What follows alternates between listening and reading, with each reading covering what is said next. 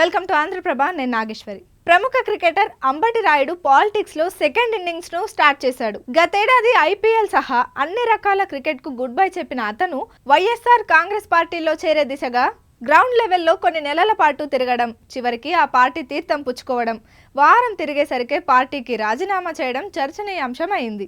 ఇక Guntur MP ticket ఆశించి అది దక్కకపోవడం వల్ల వైసీపీకి టాటా చెప్పాడని ప్రచారం జరిగింది. కానీ తాను వైసీపీని వీడడంలో టికెట్ తో సంబంధం లేదని, తన భావజాలానికి సరిపోదన్న ఉద్దేశంతోనే ఆ పార్టీ నుంచి బయటకు వచ్చానని తర్వాత అతను వివరణ ఇచ్చాడు. ఇక జనసేన అధినేత పవన్ కళ్యాణ్ ను కలిశాడు. అయితే ఇప్పుడు అంబటి రాయుడు జనసేన కోసం ఎన్నికల ప్రచారానికి సిద్ధమయ్యాడు. జనసేనకు స్టార్ క్యాంపెయినర్ గా ఆ పార్టీ అంబటి రాయుడుని అధికారికంగా ప్రకటించింది. రాయుడుతో పాటు Nagababu, hyper Aadi, getup Seenu, dance master Jani, comedian Prudhvi, TV నటుడు సాగర్లను తమ పార్టీ స్టార్ క్యాంపెయినర్లుగా నియమించినట్లు పవన్ కళ్యాణ్ పేరుతో జనసేన ప్రకటన విడుదల చేసింది. కాపు సామాజిక వర్గానికి చెందిన రాయుడు ఆంధ్ర ప్రాంతంలో యువతపై బాగానే ప్రభావం చూపగలరని అంచనా వేస్తున్నారు. ఈ క్రమంలో జనసేన గురించి, అలాగే అధికార వైసీపీ గురించి ఎన్నికల ప్రచారంలో రాయుడు ఏం మాట్లాడతాడన్నది ఆసక్తికరంగా మారింది.